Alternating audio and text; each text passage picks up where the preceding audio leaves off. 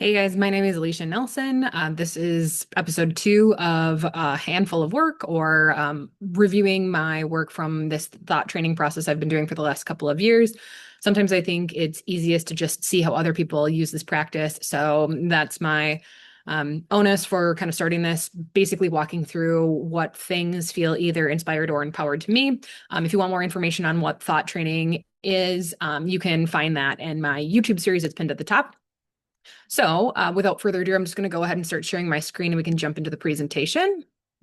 Now, un this is pretty unfiltered, and I try to just run through these as honest as I can. So, like I said, thought training is this process of anytime I have a feeling that's inspired or empowered, and maybe those are kind of used loosely here, but sometimes just claiming your feelings can feel a little bit empowering. So when I do feel that way, I write them on a post-it note and then I take a photograph of them. And this is kind of the last day or so of work. So again, for those of you who are familiar with Instagram, this looks really familiar. Each of those little tiles represents an instant. So what I'm going to do, and obviously a handful of work being that this is what it looks like in my hand. So basically, it's about 15 photos.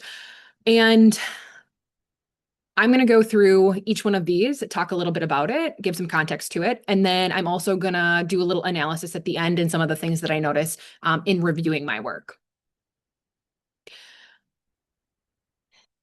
So we're going to go from bottom right to top left.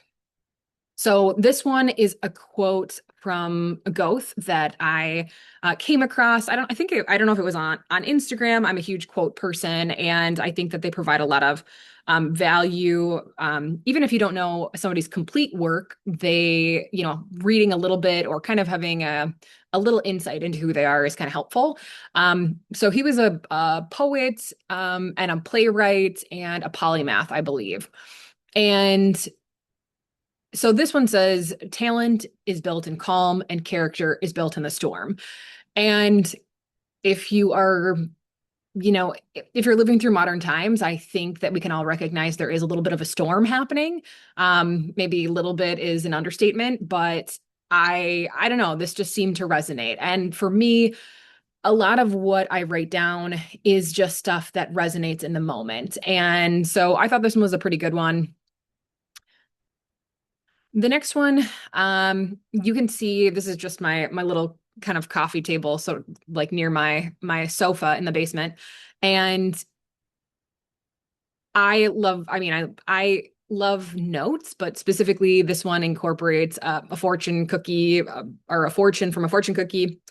And it's interesting because this one says, you will find what you're looking for. And those are a couple other ones. I oftentimes will leave my thoughts kind of scattered on the coffee table or wherever. And when I come back to them, sometimes reading them in conjunction or kind of looking at how they're piled up, it kind of helps visually identify like maybe a larger theme or kind of strung together. Maybe how I'm feeling overarchingly. So it might just be a word on one. It might have a quote on the other. It might have, a phrase or something that keeps coming up. It might be an image. Maybe it could be something I've sketched out. But when you look at them holistically, sometimes it feels like more of a conversation, maybe just a conversation with myself. So you can kind of see how they're scattered here. And like I said, I had Chinese food the other night, and this read, you will find what you're looking for. And maybe that part of the reason that resonated, or I wanted to capture that, is because recently I've been thinking, like, I've been trying to make progress in a couple different areas of my life, and the thing that feels lacking is traction. So I'm trying to start a handful of new things kind of simultaneously, and I would just love to feel like I'm making like significant strides in progress. Maybe this series is kind of a attempt to feel more traction. But that's, I think, maybe why that resonates, is that I feel in some ways that I've a little bit been searching for something. And this was a little bit of confirmation. At least that's how I'm taking it.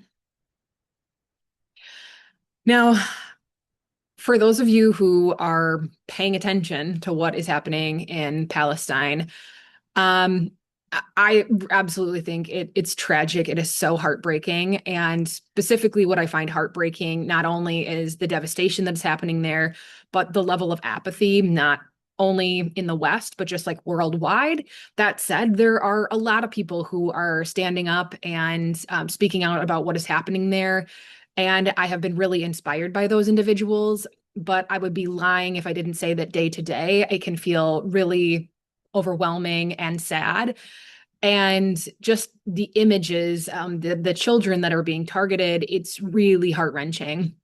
And sometimes as you like scroll through social media, there are people that I like their content, whether it's food or whether it's fashion.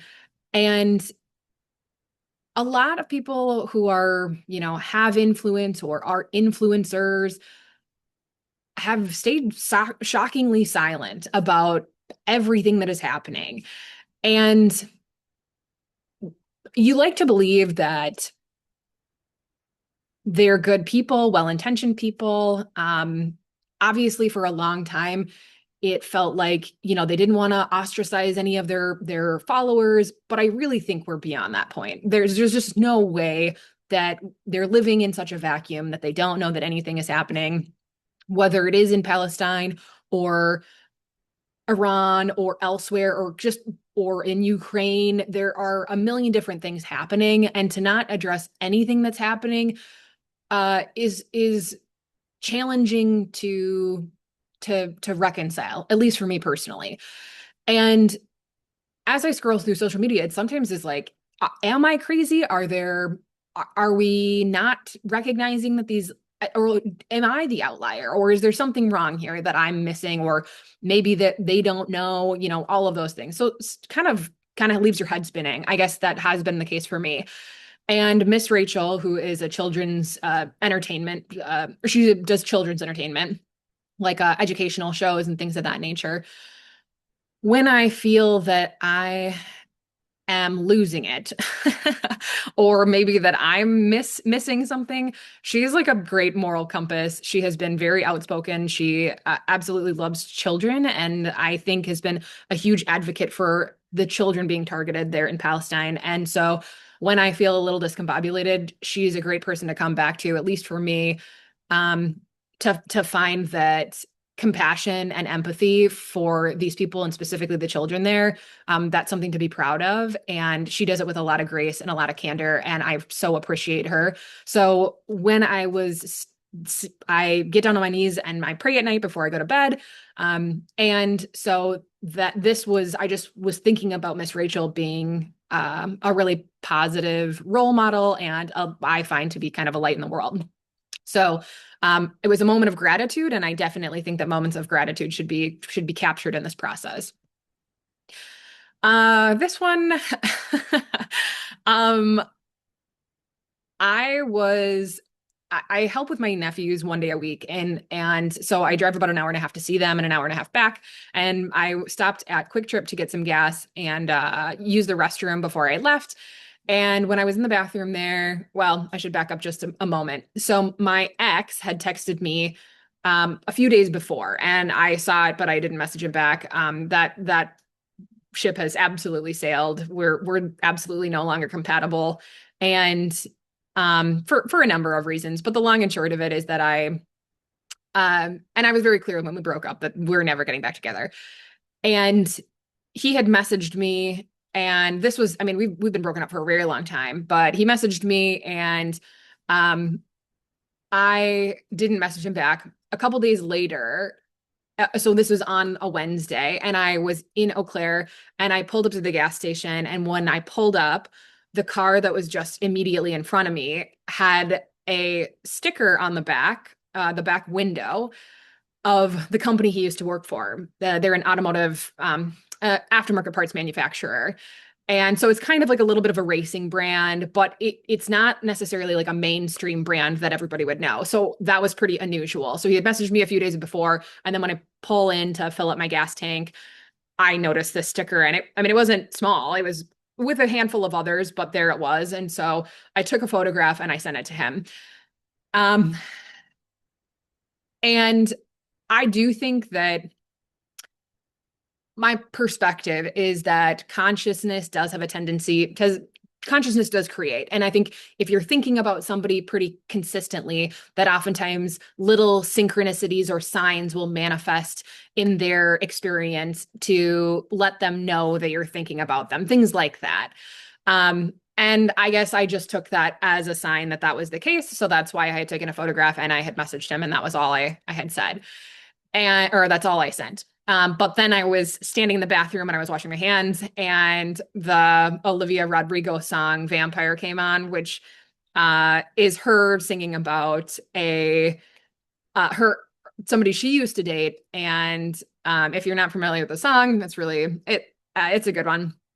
But I was thinking that that kind of encapsulated just this is again moments later, and I was like, oh yeah, he's a basically the context of the conversation is, or excuse me, the context of the song is that he is kind of an energy vampire. Um, and so I had a post-it note in my purse previously because I had been at the bar, and the one of the manager there had told the bartender, he said, oh, ask her if she ever is told that she looks like a celebrity. And the bartender came over and she asked me about it, and she said, oh, the manager's over there and he's too shy to come over and say that, so he was telling me to ask you. She just totally ratted him out, but I thought it was like a nice gesture. It was a nice kind of compliment, so on. And so I had written down cute. He like really never came over and talked to me, but it was like I said, a nice compliment, and I just felt like nice to be not noticed in a nice way, I guess, that I thought was complimentary. And so that was in my purse. And then when I heard this song, I took it out and I was like, oh yeah, cute. Like that kind of all makes sense. This song that came on after I just texted my ex and so on and so forth. So that was that one. Also, if you look at the larger picture, I guess maybe in some ways you could say that I think he kind of we had I thought we had something good and he kind of threw it in the trash. But again, I try to keep this as honest as possible. So literally where I am, what I'm doing, all of those things are what's the music that's on, all of those things encapsulating in this photo in this moment. So there's that. And then when I went out, I was going to get a soda to drink, a fountain soda. And I was standing there, and it was funny because this song that I used to really like from this artist I used to really like, that was on. And it's called Something to Someone. And like I said, I used to really kind of respect this artist, maybe had a little bit of a crush on him. But the long and short of it is that, um, maybe just generally my feelings have changed for him. Maybe it's stuff to do with politically, not being very outspoken and having a great platform to do so. Um, but yeah, so I basically just wanted to say, oh, the universe is batting 1,000 in terms of music today, because it is kind of an unusual. He's not necessarily a mainstream artist, or um, isn't necessarily a mainstream artist or something that would be like on a top 100, like Olivia Rodrigo song. So I thought that was kind of unusual that it came on kind of the heels of that other one, and that I was kind of paying attention or tuned into the music. Now, I I've been hit left, right, and center with ads for churches on Instagram lately. And I don't think that's coincidental based on what's happening in the world, demographics, so on and so forth. And I already go someplace on Sundays called Center for Spiritual Living. It's Unitarian. It's based on the teachings of a gentleman named Ernest Holmes. And it basically suggests that we are in co-creation with God or the universe or whatever you want to call it, that we can consciously tap into that greater source for us. And basically that there's a source for good in the universe and we can consciously use it is the best way to synthesize it. And I had studied both science and spirituality for a long time, physics, consciousness, all these different things. And I was trying to find some place that aligned with what I would have already believed. And his teachings just really resonated with me. And so that's where I find myself on Sunday mornings. And again, I've been targeted a lot with these Christian ads to come to church, missionaries trying to have you repent. I don't know. And I actually don't even know if I submitted my information. Maybe I did, because I thought the ads were so cheesy. They're kind of, in my opinion, a little bit farming out the youth of these organizations to try to get people to come, or I don't know. And frankly, as I mentioned in my last video, I think there's a major distinction between religion and faith. And faith is something that's, to me, is internal, and religion is external. And so, all of the wisest philosophers and sages, um, and yeah, I find that most of those individuals always say, look within, whereas religion says, look without, or look exterior of yourself for confirmation. And that's where you find the authority. But in my experience, in my reality, is this opportunity to look within and find connection to source, or whatever you call it, or maybe don't call it anything, and that's fine too. But I think what I find more recently, and maybe this is why there's been a little internal friction for me personally, with everything going on in the world, people that, sometimes we assume that people who are religious we find that somehow is synonymous with having like a moral compass, or being like having morality, a certain set of standards about how they treat other people. And I have more and more come to find that a lot of people, not most, but a lot of people who participate in some religious organization,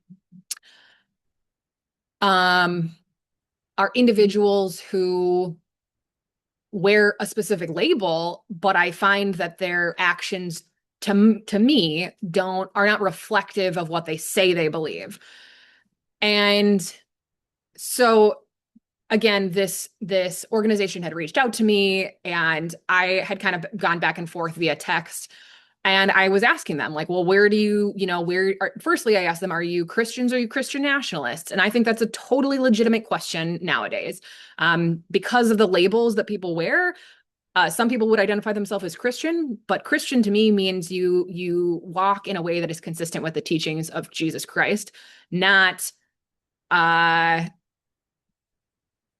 think what it stands for now.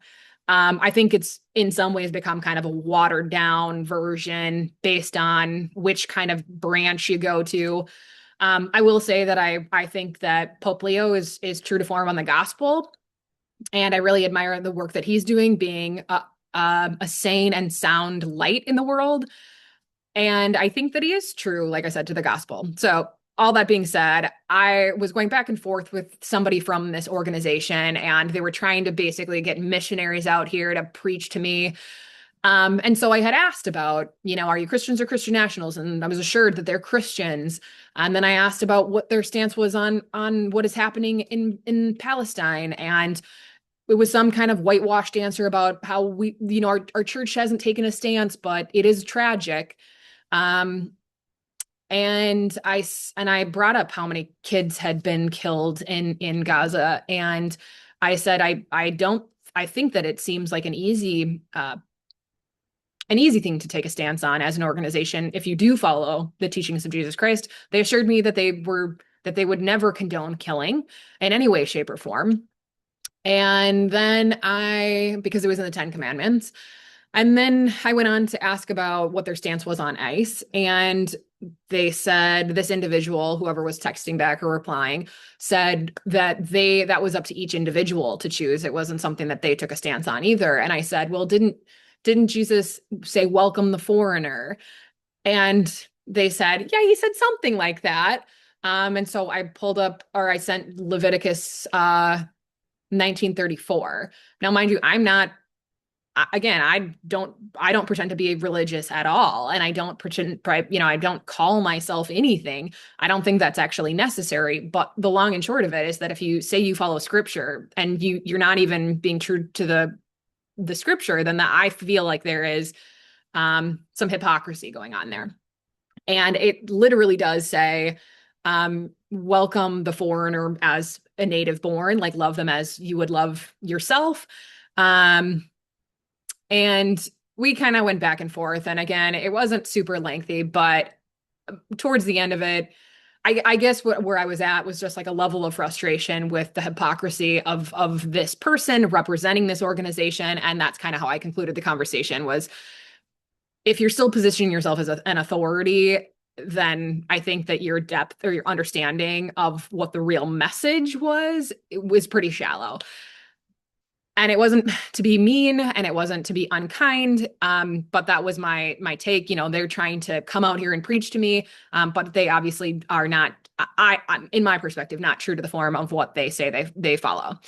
Um, and so it was interesting because I was going through this and I had pulled into the parking lot and I had written this down, texting with a self-proclaimed follower of JC. And the song that was on in the car was one by Megan Maroney, and it was called Medicine. Um, and basically the kind of I don't know if it's the chorus or whatever in the song, but the lyrics were something like how does your own medicine taste, essentially. Um, and so I just thought that was really poignant based on what I was experiencing going back and forth with this person. Sorry, that one was really long-winded. And when I was in the grocery store, like I said, I had pulled into the parking lot, and then in the grocery store, this is what I was really feeling. I was kind of stewing over this conversation.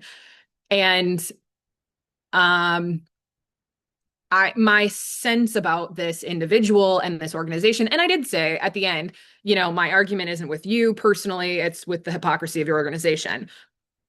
Um, and this was how I felt about it. I feel like, yep, you've learned the words, you can study the scripture, but you've basically missed the whole message. Caring for you know, the sick and taking care of the hungry and, you know, being charitable, all the things that were talked about.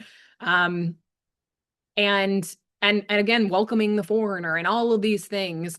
And it seemed to me that they didn't stand for any of that. So that was kind of how I felt about that.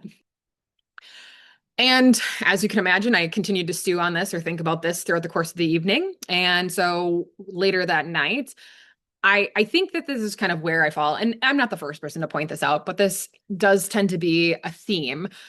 There is a difference between Christians and Jews and Muslims and Christian nationalists and Zionists and Muslim extremists. And there's a handful of other um, examples of this. But I think my frustration is not about, I mean, obviously you have a million different, well, 8 billion different perspectives, really. Um, and everybody to some degree is hypocritical, myself included. You know, I primarily eat plant-based. I did it primarily for health reasons, and for environmental reasons, but now and again I slip up. And but I'm doing, I think I'm moving in the right direction. I do it, you know, 90% of the time. And so the long and short of it is that I myself am also hypocritical in some senses. But what I find is that when people proclaim themselves to be one thing and they act in a different way, they're like I find that there's like my personal frustration with those individuals is the not their stance as much as it is the hypocrisy. And I feel like generally speaking, with everything we're living through, hypocrisy seems to be like a huge theme right now. There's this like, you know, um, when you have like when you work with kids or in general, I think we're often encouraged to say like, don't listen to what they say, watch what they do. And with a lot of the world leaders and other things, you know, maybe they have good speeches, good speech writers, but they, you know, when you watch what they do, they're the least among us. So generally speaking, I do think that there's a lot of hypocrisy that tends to give me a little internal friction, frustration over it. And what I find with individuals who are maybe not necessarily they're I think they've missed the message.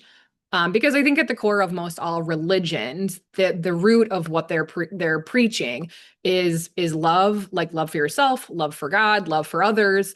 The golden rule: treat others as you want to be treated, so on and so forth. It's like pretty straightforward, and that there's like a common thread among all religions. Um, but what the one thing that I also notice is that I do tend to think that they're the individuals who are fall on this kind of right side of the column have a superiority complex. Like we are the only ones that know. Everybody else is wrong. So that's kind of, I guess, the simplest way that I just jotted that down.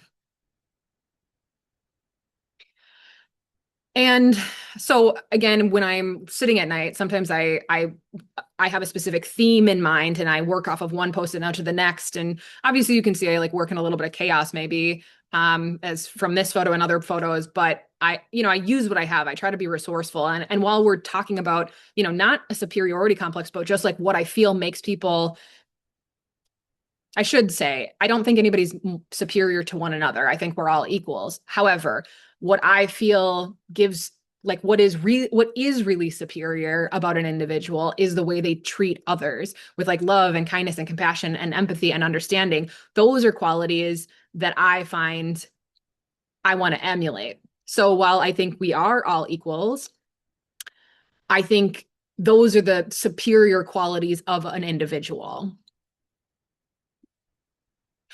And this was another post-it note that I had in my bag. I always have a couple in my purse, and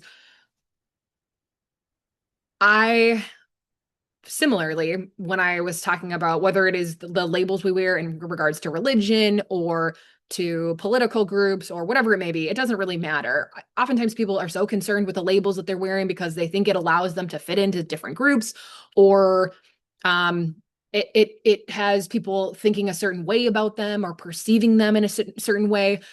But in reality, the important thing is not what we say we are or the labels we wear on the outside.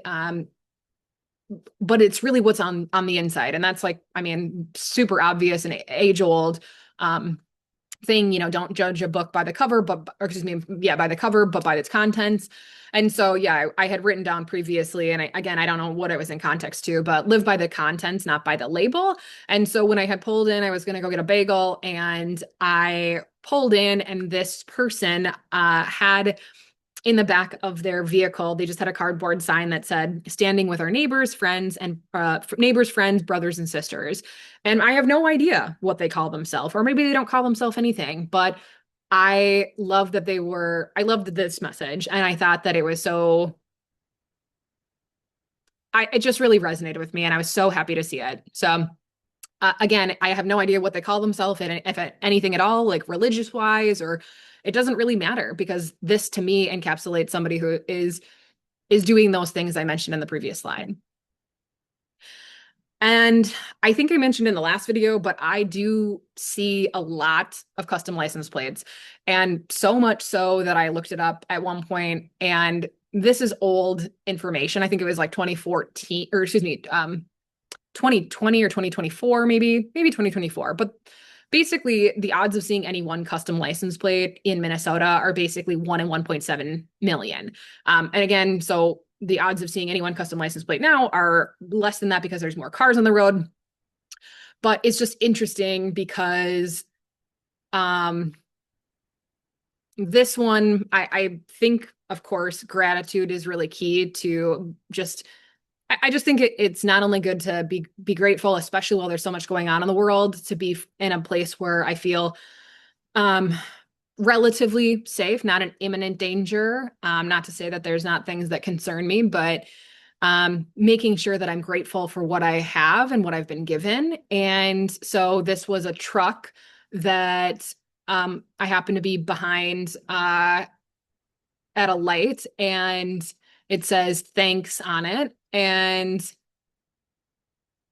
yeah, I do try to chronicle as much as I can in a safe way the license plates that I see because I often find that there's some contextual relevance to them. And I think often about the kind of divine orchestration that would need to happen. This person leaving their home at just this time, and maybe they took a wrong turn, or I was dawdling before I left the house. All of these things that needed to transpire for us to be in the exact same location at the same time. And to me, that's pretty incredible. This is just like one of hundreds that I have seen. I see them very consistently every day, multiple times a day. And not all of them are ones that that have contextual relevance, or maybe they're just last names. I always do, if I'm not familiar with what they are or the word, I do try to look them up. Like I came across one the other day. I wasn't able to get a photograph of it, but I remembered what the word was. And it was a Spanish word for hope, I think, or direction. So I thought that was kind of interesting. Um, and so yeah, I don't know. I just like I said, I think it's fun to get these little messages. I think they're kind of little signs and synchronicities from the universe, and I appreciate them and I'm grateful for those. And so there's that one. And I was at Target the other night, and I was, I don't know if you guys ever do this, but sometimes I think about individuals that, well, this particular person was an old friend of mine. And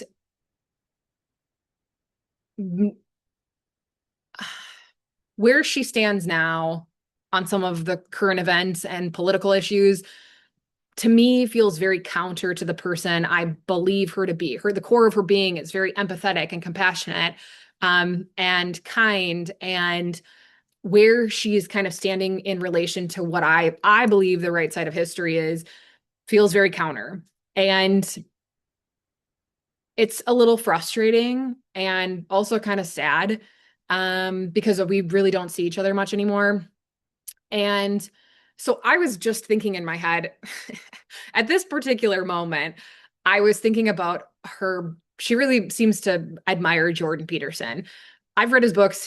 There's some merit to what he says, but generally speaking, I find him to be a little egotistical, among other things. And I, I was kind of going over in my head, just kind of like why would she like him so much, and just in general, like I said, kind of her stance on current events, and I think those are counter to the person I know her to be. But she's an adult, she obviously makes her own decisions. But I like kind of looked up, and there was on the box it said something like something to go, obviously. And so I was just thinking like just let it go, just let it go. You don't need to argue in your head with anybody. Like they're not even here. And obviously, the more you focus on the frustration you have with them, the less likely they are to come around or whatever. And so I know I'm just amplifying the frustration that I'm feeling, and it's not a good thing, not a good practice to do. So I just wanted to remind myself to just let go of the judgment, just let go. And so yeah, I just took this picture. So as you can see, sometimes they're quotes, sometimes they're uh, symbols, sometimes they're words, but sometimes but I often use things around me. So using your own scene to communicate whatever it is, I think that's part of this creative process that I like so much. So this is just one very simple, really basic example, but this happens all the time. You could walk up every aisle, walk up and down every aisle at the grocery store and find different ways to communicate what you're feeling, I'm sure, by either writing something in addition to, or holding it up next to, or whatever. And I've done this before in different shops, with different, maybe a bookstore, and talking about themes or whatever. So really just using your surroundings to express yourself. The idea behind this is not only that it helps you train your brain to be more to focus more positively, but also because I think without expressing yourself and having some kind of creative outlet, your feelings and emotions get stuck, and that's when things go really haywire. So I definitely recommend this. So that was that one. And then the other night I watched, or I guess this was just last night, I watched a um uh I really like comedy. And so I had watched two comedians last night. This was the second one. Her name is Sarah Millican. Yeah, Sarah Millican, I think. She's from the UK, and I love how she really embodies. She was the special is called Late Bloomer, and she was talking about kind of essentially the arc of the story is about coming into your own and being really who you are. And I just really admired that about her. And Obviously, you can see in the way that this was photographed. I had put it on pause, and so Netflix, the way that they do it is it's not just doesn't sit on just like a static screen, but it cuts away to this hero image of whatever the show is that you're watching, and I think they probably throw an ad on the other side. Um, but she had said something. She was this isn't really a spoiler, but she was talking about how she had picked up a magazine. She doesn't often read women's magazines, but just talking about some of the questions that they had asked this character, or excuse me, asked this interviewee. And she said, and excuse the language here, it said, but the questions they asked her were so vacuous, it boiled my piss. And even though that's not maybe age appropriate for everybody, I think that there was something about the authenticity and the just the way that she addressed some of these really lame questions. She's a strong, powerful woman. She's funny. She has a great career. And I don't know. I just thought that was great. So I liked this image of her. I liked this quote. So again, I've learned to take inspiration from different people for different things. And although, I have no idea where she stands politically or whatever, I admire what she does for her craft. I think she's true to who she is. And I don't know. So like I said, I just like this one. So that felt like a moment of inspiration I wanted to capture. And as I mentioned, every night I get on my knees and I pray before I go to sleep. And I was looking over at my closet and there is a suitcase up there. And I love travel, although I've not traveled for quite some time. And I was staring at my suitcase and I just was thinking about what it represents to me and about how I love not only visiting new places and meeting new people and trying new things, whether it's food or customs or again, learning about different cultures. There's so many good things about travel. But and it doesn't have to be international. It can be regional. It can be whatever. I mean, there's so many good things to learn all over the place. But I'm very much an Anthony Bourdain fan, and he was a huge proponent of just getting out and experiencing the world, and I admire that. And so to me, I guess travel feels just like freedom, just like you in a suitcase and feeling like you don't know you don't know entirely what you're gonna experience. And that's kind of the adventure of it. So yeah, I love travel. And that's what I was thinking uh, in that moment.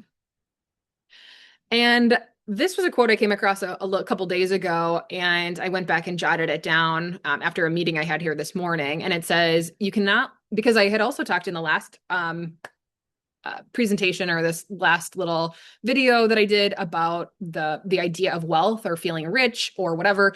And this one, he touched on the word rich, and he said, "You cannot live a rich life if you don't have empathy."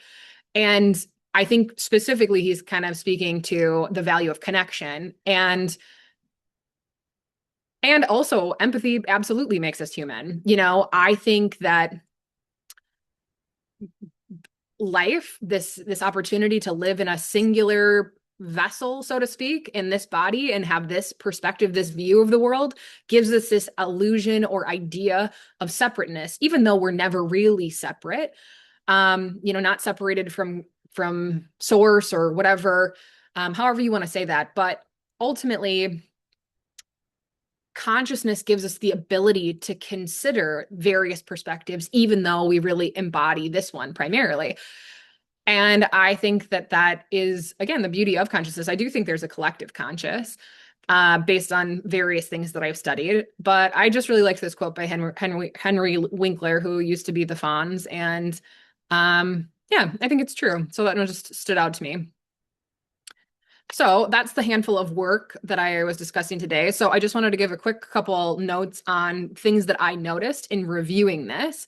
So the bottom left and the top right are both, in my opinion, strong female roles. So Miss Rachel and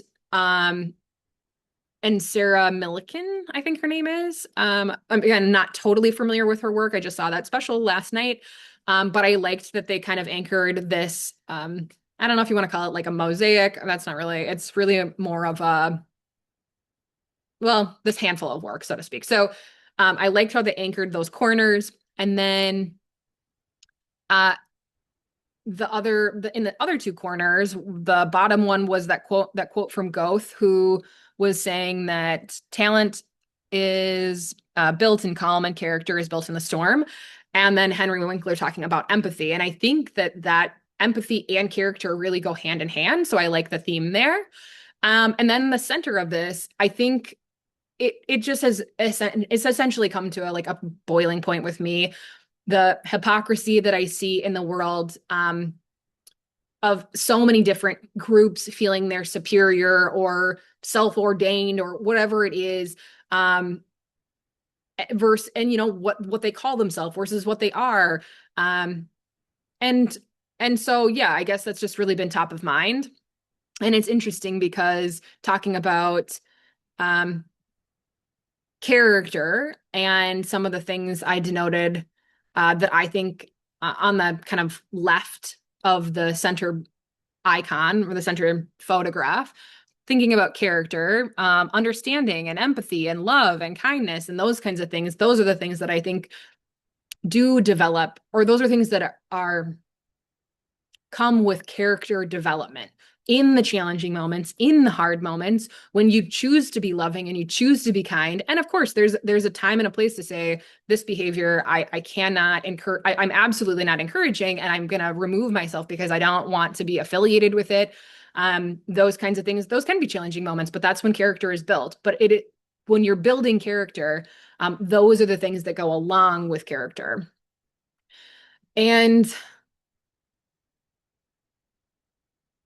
it's interesting because in the one that says cute and the trash kind of a thing and the let go, those are two people, very different circumstances, but thinking about releasing or letting go of those relationships and maybe just letting them be what they once were. I think, for the longest time I was telling myself like to hold on to these relationships, like sometime they'll come back around, not necessarily my romantic ex, but I've kind of come to this realization that it's okay to just, maybe those relationships, not all relationships are forever relationships. And sometimes you just have to let those go and be thankful for what they were for however long they were in your life. And let's see. Oh, and then yeah, again, the kind of mid left tile talking about a self-proclaimed follower versus the experience of what I saw in the car. And it said like it's so basically I guess the juxtaposition of feeling like this is somebody who's like self-proclaiming that they do these things or act in a certain way based on their beliefs. And then this is somebody who I felt really embodied, regardless of what they call themselves, embodied the qualities of what I believe, that following a Christ-like figure would be. And you, of course, apply that with a grain of salt to whatever religion you may be. It doesn't really matter. I think that having like faith, and again, it doesn't require that you have faith. I just think it's nice to know that there is some kind of conscious energy, something that is assisting you if you want and choose to connect with it. But again, of course, if you believe you can or believe you can't, you're right. But it certainly has been a formidable thing in my life and certainly has developed a lot of these, or I'm noticing so many synchronicities that it's really hard to deny that there is not some kind of a greater intelligence. And I mean, I guess kind of funnily enough on that note, I was saying like the universe is batting 1,000, and then on the top one, the difference between the just above the center tile, thanks, the universe basically saying thanks, and me saying the universe is batting 1,000 is kind of funny. And I think that pretty much sums it up. Oh, one last one. You can't really see again when you hold your screen on Instagram. You basically can see all 15 of these, but you kind of only get half of the top row and half of the bottom row. But it was interesting because on the top middle, it says freedom. And that's, I think, so much what I want, not only for myself, but for everybody to be their true, authentic, best version of themselves, be loving, be kind, be compassionate, recognize that there's not a shortage, that things are not scarce, that we have more than enough to take care of everybody on the planet and then some. Obviously, some changes might need to be made, but I think that we absolutely can afford to take care of everybody. And nowhere in, at least not that I'm aware of, nowhere in scripture said be fearful because there's not enough. It always said, like, you shall not want. There is so much abundance. And I think nature is the perfect example of that. With one tiny little seed and with barely any work, the universe cares for and does so much to bring life forward. And so, like I said, freedom is what I want, not only for myself, but for other people. And so that's the top one. And on the bottom one, that little fortune cookie said, you'll find what you're looking for, or something like that. So, basically interesting to just kind of, again, review that handful of work. Hopefully you found this helpful and maybe a little less alone. And hopefully we'll see you in the next one. Thanks.